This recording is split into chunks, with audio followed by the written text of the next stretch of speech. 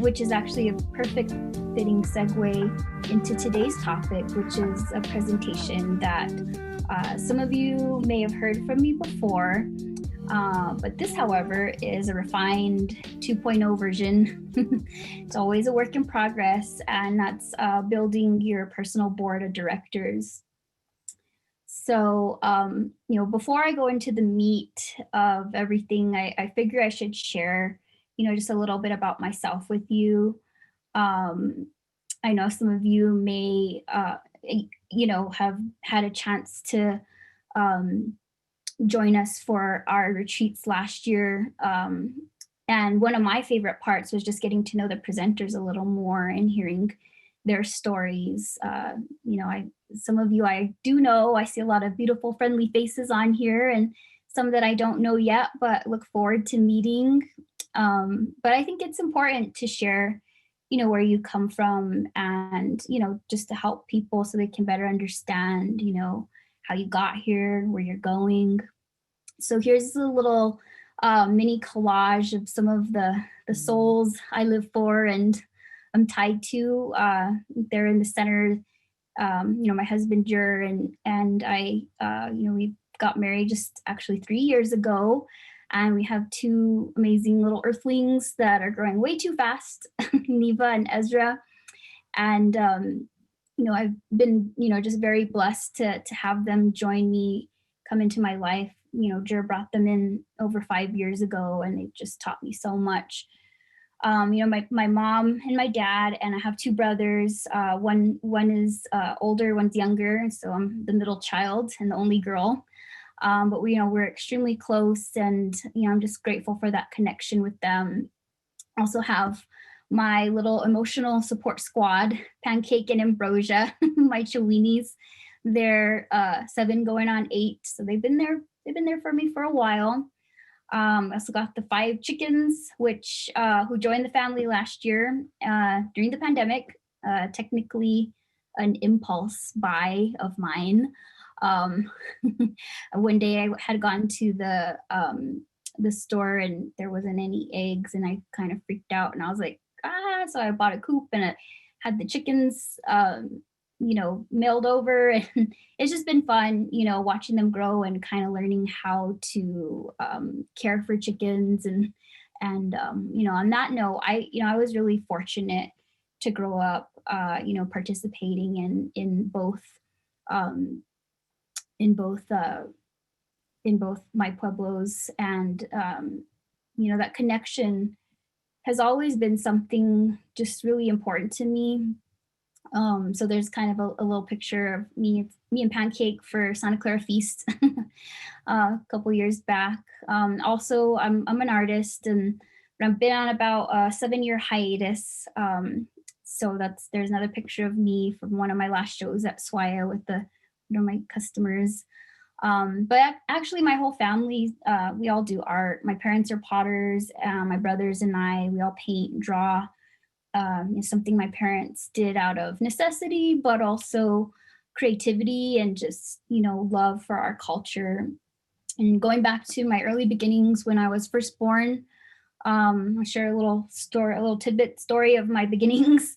I was born with a meconium aspiration syndrome, which for those of you who are unfamiliar is when a baby is in distress. And in my case, overdue, and it intakes some of the amniotic fluid and any of the meconium in it. And for me, it filled my lungs and, caused them to burst. I nearly died. I was actually airlifted to Albuquerque. I was born at Santa Fe IHS and airlifted to Albuquerque IHS. And so my beginnings were a little rough. My parents and my doctors were pretty certain I, wasn't gonna make it. So, actually my parents even went as far as to get a priest to come and give me my last rites, which is something, for those of you who might not be familiar, that you do in the Catholic religion right before someone's going to die. But to everyone's surprise, including mine, I just kept on living. And here I am. I fought pretty hard, to be here. And was in the hospital for several months, and on oxygen for over a year after finally getting to go home. And it was a really difficult time for my parents. And aside from, the mental, emotional, and physical drain and sacrifice, there was, also financial. At the time, my dad was the only one working, but, had to constantly take off to help my mom and my older brother who was in school. They were all practically, living in the hospital. So, and at that time, because policies like the Family Medical Leave Act didn't exist, my dad was actually let go from his job, and my parents were basically, forced into debt and living off credit cards, just to get by. At this point, we left Albuquerque and we moved to the Pueblo, which is Santa Clara Pueblo, where I grew up. And watched my parents, really, really, really bust their butts and work really hard, every day just to make ends meet. As a baby, I remember watching them make burritos every week, and we'd go drive to businesses and see if we could sell them to anyone. And, of course, making wreaths, potteries, crafts, and, anything just to make it. And, eventually my dad, he did get a job at Los Alamos National Labs, which my mom despised and hated, but, we were really not in a position to pass up any jobs. So that, that was that. But, in the meantime, my parents started getting my brothers and I into drawing and painting. And, before we knew it, we were doing shows everywhere. We did the 8 Northern Indian Pueblos Arts and Crafts, Swaya, The Herd, and several others in between. And, my parents, they told us that we can't provide all the fancy clothes or extra things for you that you may want, but, this is an opportunity for you to learn and to earn it. And, we understood this because we had watched them struggle since basically the day I was born. And so there was no question or hesitance that we needed to do our part. And, honestly, that's really to help just mold, who I am, and learning their work ethic. My parents, that had shared really guided me. And I'm sure, there's a lot of similarities in many of you who have similar experiences or stories. And all this to say, I think the one thing that I know for sure, is Native people are undeniably and innately resourceful and, creatively entrepreneurial. And we always have been, we always have been, and we always will be. So, just a little segue into my next slide, which is the values. This is our shared values system, which I'll say that I'm only speaking from my perspective as a Pueblo woman, but I do feel and understand that this resonates with, so many of our Native brothers and sisters from other tribes and nations, as we're very communal societies, and have so much of this wisdom already ingrained in us as Indigenous peoples. And it's such a beautiful thing, when you really sit back and think about it, which is what I've been doing a lot of lately. And, just like you, these ground me: love, respect, compassion, reciprocity. They always say the people you surround yourself with are the ones that really influence you. The way you think, the decisions you make, your macro and micro views, perspectives on things. And really this whole notion isn't anything new for us, as Indigenous people culturally. The way I was raised, my Pueblo was that, those teachings to consult our relatives before making certain life decisions or commitments. It's accountability, right? And sometimes, love is accountability, because really, every choice we make, every action or decision or lack thereof has a rippling effect and an impact that extends beyond us as individuals, because we aren't, on this planet or in this space by ourselves. And that's what makes life mean something. That's why it's so important that we're taught to just be mindful.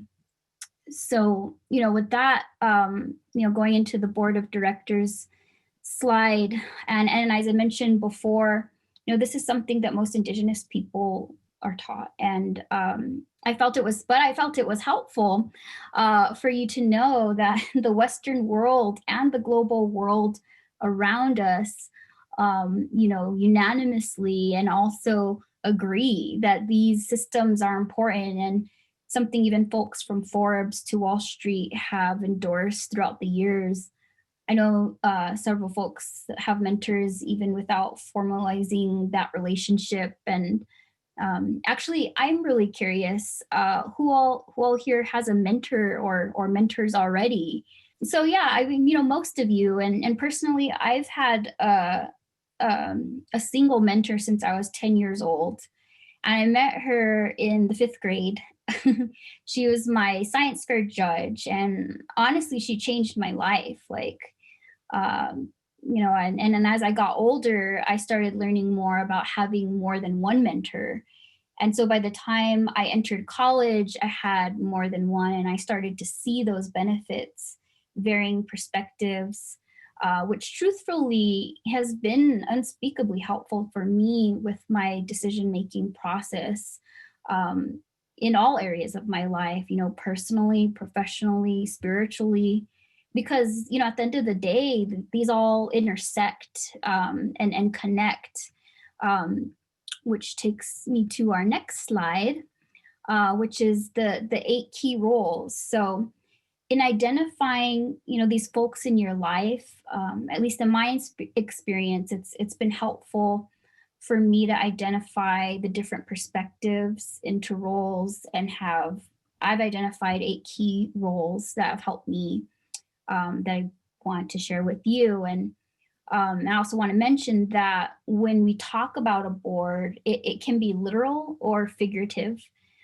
These people can be living or ancestors, younger or older. And actually, in fact, I highly encourage you to make sure that um, there is some variance in the generational perspectives that you consult.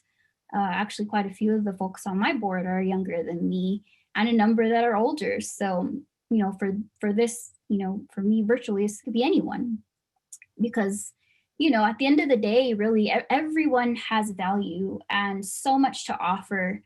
And in my mind, I kind of believe in this, that there's 5 types of capital.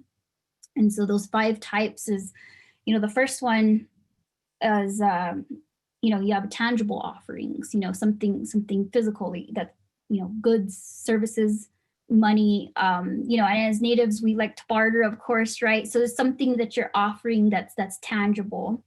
The second is you have time.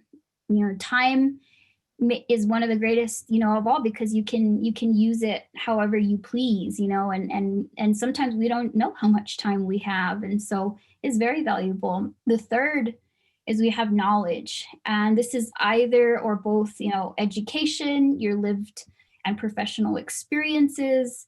That's one thing that no one can ever strip you of, that no one can ever just take or extract from you. You'll always have it, your knowledge, your wisdom that you've acquired, in different ways, different learnings throughout your life. And the fourth is your uniqueness.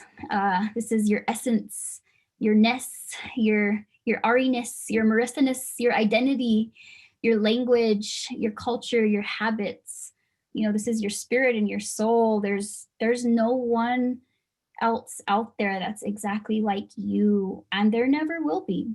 You're one of a kind, a masterpiece by the creator, irreplaceable, and that is capital right there. And then there's the fifth, which is your social capital, your network, your friends, your family, the people that believe, trust, and support in you. That's a huge offering, your social capital. Some would say it's even tied to your influence or reputation, even by the things that you choose to offer your social capital to. With that in mind, here's just a few of some examples of different roles to consider. And really, this is all relative and open to your own interpretation and customization. Some people say your board shouldn't consist of immediate family because they might, be too personally invested in an outcome, or, to be able to provide that guidance that's just purely in your best interest. Depending on the situation, there's always the potential to damage relationships because of grudges or judgment. Forgiveness is hard.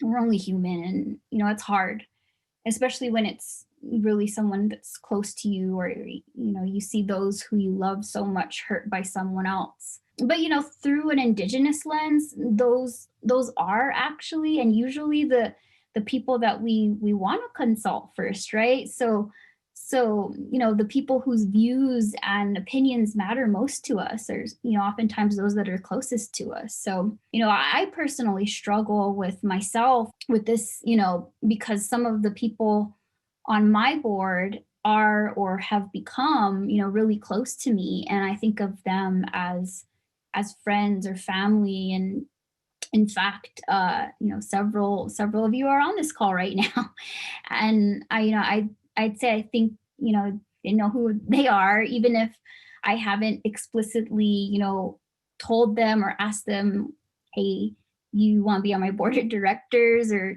just stated that. Just being able to go to them, that is they know, I know it's good. But in any case, all things considered, really, you're the best judge of who feels right to go to and under what circumstances. But I certainly understand, and I've experienced why they say this. I mean, I've made the mistake of telling someone, like, just, for example, my mom, something that someone did to hurt me, or had to deal with something that, and it's that, I'm your mom, like, don't hurt my baby, like, and just watching or shifted opinions of that person. But it's really up to you, and just things to consider, looking forward. So moving on to into the actual roles we have here, within the personal, spiritual, and professional realm of your interconnectedness. This whole support circle, and I say board of directors, but really it can be, I've heard people call it, just multiple mentors, board of directors, circle of support, what have you. It's just basically this team, and they're different roles. That the first one that I have here is the cheerleader. It's the relentless supporter, someone that's just your hype person, that's just on your side all the time, ready to be a ride or die. And for me, I kind of feel like that's my mom.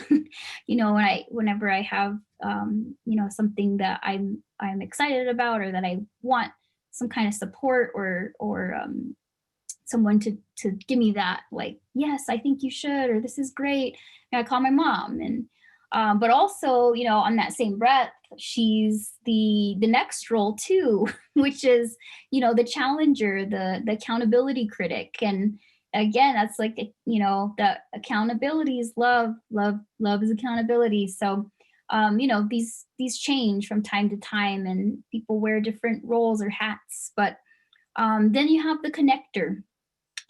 This is someone who's, like a resource advisor, somebody who, can connect you with things that can help you. And, for me, that's been my mentor, that, and a number of others, but just for example, my mentor that I mentioned, Dr. Bobby Coleman, I met her when I was 10. She changed my life drastically. Because of her, I had a path that a lot of the people that around me, a lot of the kids I grew up with, didn't get to have. And she brought a lot of resources to me at such a young age that I could never thank her enough for that. Then there's the role model.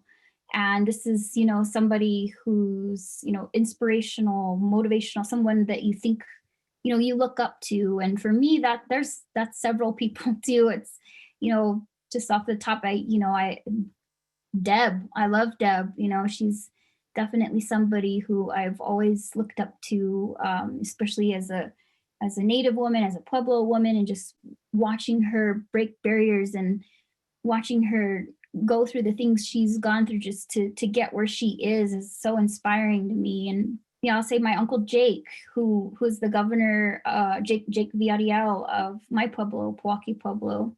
He was an amazing leader, just incredible human being, led with so much love and compassion for his people, a relentless just fighter for us. And I oftentimes think, and he's not here, unfortunately he's been gone, but I think of him, and he's on my board, and I will find myself in certain situations sometimes, and I'm like, what would Uncle Jake do? What would Deb do? And that's been helpful for me.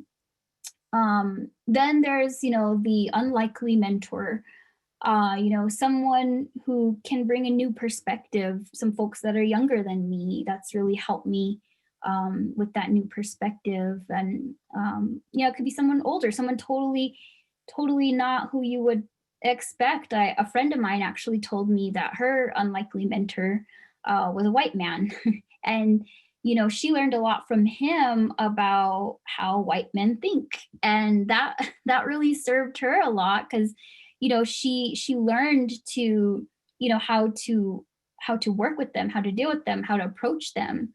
And so just it's neat to kind of think of someone who you might not normally look to for advice. Then there's the expert, and that's a circumstantial leader, someone who's been there. There's a lot of people I can think of, like to the many matriarchs, in our community that have paved the way for decades. One that comes to mind is, Verna Teller. She is one of the first Pueblo women to be the governor of her Pueblo, and a leader. And she's a judge. She is someone that I had heard about and didn't really know. And a few years ago, I reached out to her, and I was just like, hey, can we meet? Can we connect? And she didn't really know who I was. And we just connected. But it was that ask, that just like taking that step. And it's hard to kind of be bold and go to approach someone who you admire, and ask them to give you some of their time. But I guarantee you, just ask. Most people will say yes, and or at least point you in the right direction if they can't or they don't know. But for me, I was really fortunate that relationship with her really blossomed and became a friendship. I actually I even asked her to officiate my wedding a few years ago, which is not a request, but she did it. She was like, yeah, I'll do it. And I was like, that's awesome. So I encourage you to just reach out to folks, even if you aren't sure or whatnot, because we're all in this, and we've all experienced these things, and we're all just here to support each other. Then there's the confident, and this is a trusted individual, somebody that you can tell things to, that you can tell them and it's not going to get out everywhere. And for me, I have quite a few confidants. I'm very fortunate in that I can share things with people, and really trust in them and their advice, and know that they're giving me good advice that is going to help me, and honest advice too, right? Because we don't want people who are just going to tell us what we want to hear all the time. It's really important to get that. Then there's the strategist, and that is someone who's a strategic listener, somebody who can really kind of be there to help you navigate. And for me, it's a lot of people, you know, especially colleagues, I've really leaned on a lot of my colleagues who've been amazing, you know, strategists. And because oftentimes too, we find ourselves in the same situations together. So it's nice to have those to lean on to really get through. It's kind of a weird sharing for me, but like I actually I never tell anyone everything.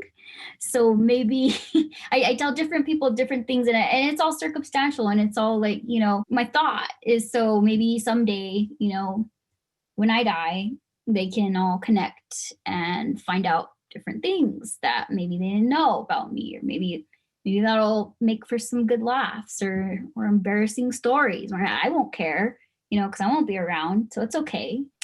Anyway, one thing, you know, that I do want to circle back to is, you know, the reciprocity value that we talked about earlier. And although I may not always, you know, do my best job of this, I'm always learning more through my reflections over the last year, especially about making sure that I'm not just being extractive, and that I'm giving back or finding ways to reciprocate and be there for others, you know, especially those that have been there for me, because life's hard and we're all on our own journeys and dealing with our own things. And sometimes, you know, when you approach someone for support, they might not have the capacity to support you in that exact time that you need it. And that's something I strive to really sit with and respect. You know, and I say this a lot, we can't pour from an empty cup. So it's important, you know, to ask those that we approach if they have the capacity to support us or hear us out, or give any of their self capital to you, because it's valuable. We're all valuable. We all have that value, and we're all going through shit. You know, everybody. So it's important to not just take but also give. And who knows, maybe you can help them sort out some stuff too, and you can work through things together. You know, sometimes that's my favorite, when we can collab and support one another, and you know, just really hold space for each other in those moments. That brings me to my next slide, which is who's at your table. This is where your pen and your paper come in handy. Or, you know, if you like to sort things out mentally, that's great too. You don't have to write it down, or you can. It's totally up to you. Like I said, it's whatever you want. Sometimes I write it, or I just like to keep it in my head. And it can change all of the time. Mine's changed plenty of times over the years as I've evolved and grown, and life has changed for me. And that's been important to keep in mind. You know, situations change, goals change, your board can change, and that's all right. That's life. You know, it should be that way, and that's the journey. I think I'll go ahead and end there. And now I just want to invite you to take some time and really think about, you know, who's on your board of directors, you know, who you'd like to be on your board of directors. And of course, this can be as many people as you want. I have a plenty big table myself that's constantly rotating. So I encourage you to just, you know, take some time to think about that. And Jennifer, she has some poll questions, and we'd love to hear from anyone who'd like to maybe share out any of their reflections, or if you have questions or feedback. And then dear friend, sister, fellow co-founder Jamie Glochet, she'll close us out with a really beautiful grounding that I'm actually really excited for her to share with you all. It gave me chills and goosebumps, and I loved it so much the other night. I was like, JB, please read me a bedtime story. It was so great. But I'll leave it there. And, you know, just in closing, I'm so grateful for this opportunity to share, you know, some of my perspectives and experiences with you tonight. I hope it can be helpful to you on your journey. And I definitely invite you to reach out to me if you ever want to connect more. I love connecting with people, especially now during COVID, during the pandemic. It really uplifts my spirit and helps me get through my days. Thank you. Thank you for sharing some time with me tonight and just sending all the love and appreciation for you all. Kundawaha. Thank you so much, Alicia. For those of you who are still working on your board, here is the slide with Alicia's 8 key roles for you to refer back to, just in case you need. So I hope this slide is helpful for you. Let's go ahead and go into a couple of poll questions. So the first question, do you feel supported through personal and/or entrepreneurial challenges? Now that we've had a little bit of time to reflect on our board, to think about our support group, our board of directors, however you would like to name it. And then the second question is, do you feel comfortable asking for help?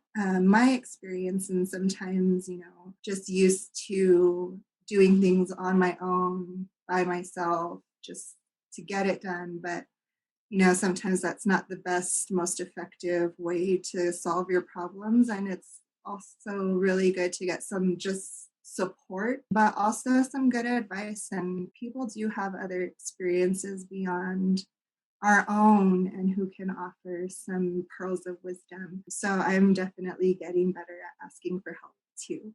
And I hope you are as well. So we definitely would appreciate your responses to these. And then we'll go ahead and invite Jamie. So thank you all so much for your participation. And thank you, Alicia, for that amazing workshop. It's always a good reminder to think about, to reflect on, and be grateful for the support people in our lives. So thank you so much. It's just interesting to sort of think about who you surround yourself with. And I wonder why I don't have that, but it's just really helpful. And then I found I had people who do multiple roles as well in this process. I feel like I need to do like a personal 8 key roles and then like a business 8 key roles.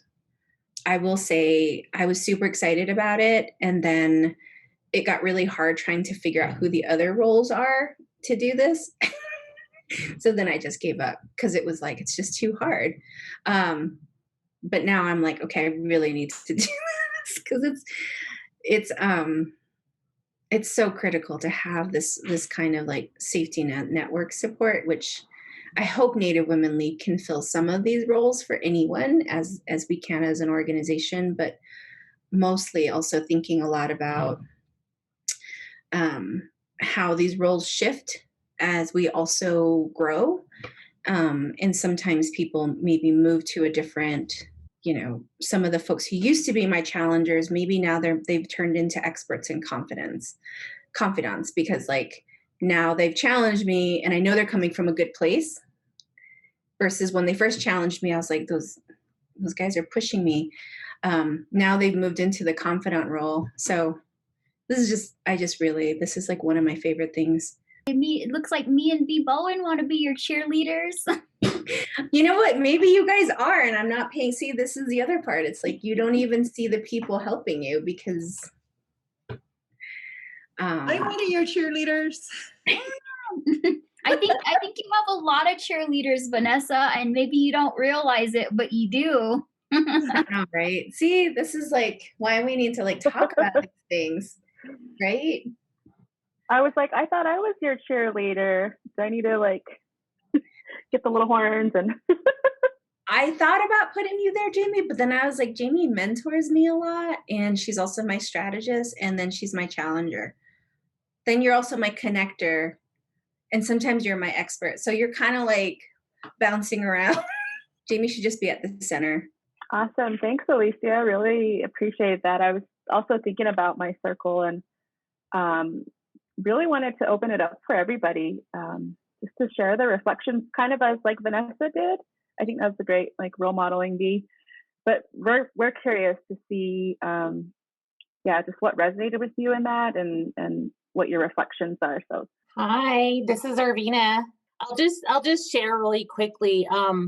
I think kind of like what everyone was saying, you have your board of directors for almost every aspect of your life.